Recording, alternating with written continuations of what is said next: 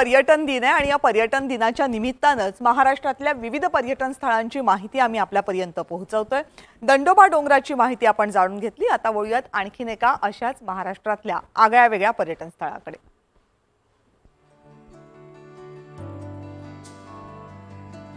पुणे जिल्ह्यातल्या जुन्नर तालुका हा पर्यटन तालुका म्हणून ओळखला जातो। शासनाने हा तालुका पर्यटन तालुका म्हणून जाहीर केलाय।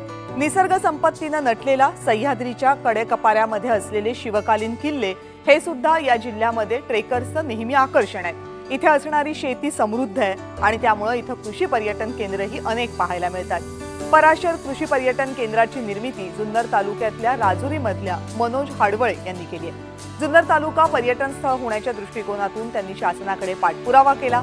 पराशर कृषी आणि संस्कृती पर्यटन केंद्राला भेट देऊन त्यांच्याशी बातचीत केली आहे आमचे प्रतिनिधी।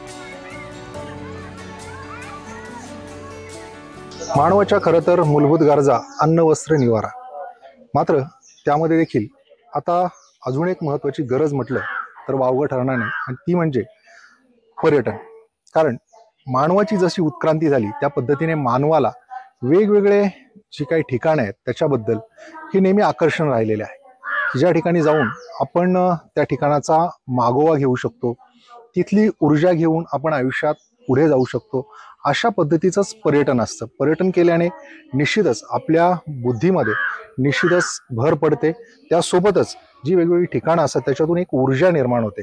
आत्ता मी जिथे आलोय ते म्हणजे पुणे जिल्ह्यातल्या जुन्नर तालुक्यामधलं पराशर कृषी पर्यटन। या कृषी पर्यटनाचे जे प्रमुख आहेत मनोजजी हाडवळे ते माझ्या सोबत आहेत। खरं तर यांनी खूप वर्षापूर्वी ही संकल्पना सुरू केली आणि ती रुजवली। केवळ त्यांनीच नाही तर कदाचित असंही म्हणता येईल की जुन्नरला त्यांनी पर्यटनाची दिशाच दाखवली।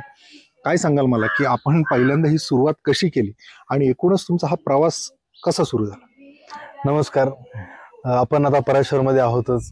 2011 मध्ये खरं तर सुरू झाले हे आणि ते सुरू करताना असा वेगळा विचार नव्हता, पण आपल्याला एक आवड आहे आणि मातीशी काहीतरी कनेक्शन आहे म्हणून सुरू करायचं होतं।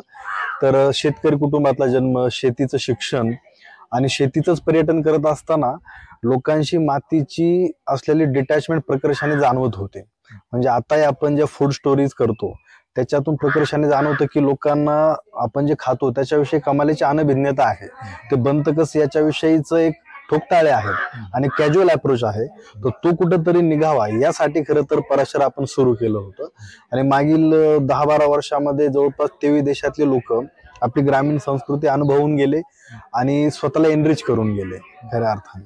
निश्चितच, पण याच्यामध्ये मी पाहिलं तर आता कृषी पर्यटनाच्या संदर्भात वेगवेगळे संदर्भ घेऊन लोक उतरतात। म्हणजे त्याच्यामध्ये तुम्ही पर्यावरण पूरक केले, म्हणजे पाठीमागच्या झोपड्या असतील किंवा इथला सगळा संपूर्ण जर परिसर पाहिला असेल, आवाजानेच बायोलॉजिकल क्लॉकने तुम्ही उठता खरं तर इथे। आणि इथे आल्यानंतर ज्या पॉझिटिव्ह वाईब्स तयार होतात ना या झाडांमुळे, तर त्या मनाला एक शांतता देतात। आणि खरं तर यावेळेचा पर्यटन दिनाची थीम सुद्धा पीस आणि टुरिझम अशीच आहे। तर एक चांगलं कॉम्बिनेशन खरं तर इथं बनलंय आणि हे निसर्गाने घडवून आणलंय।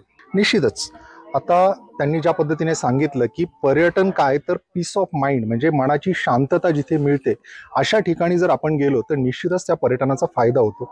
आणि आपण जेव्हा पर्यटनासाठी निघतो तेव्हा अशीच ठिकाणं पाहत असतो की ज्या ठिकाणी आपल्याला जाऊन अशा पद्धतीची मनशांती मिळेल।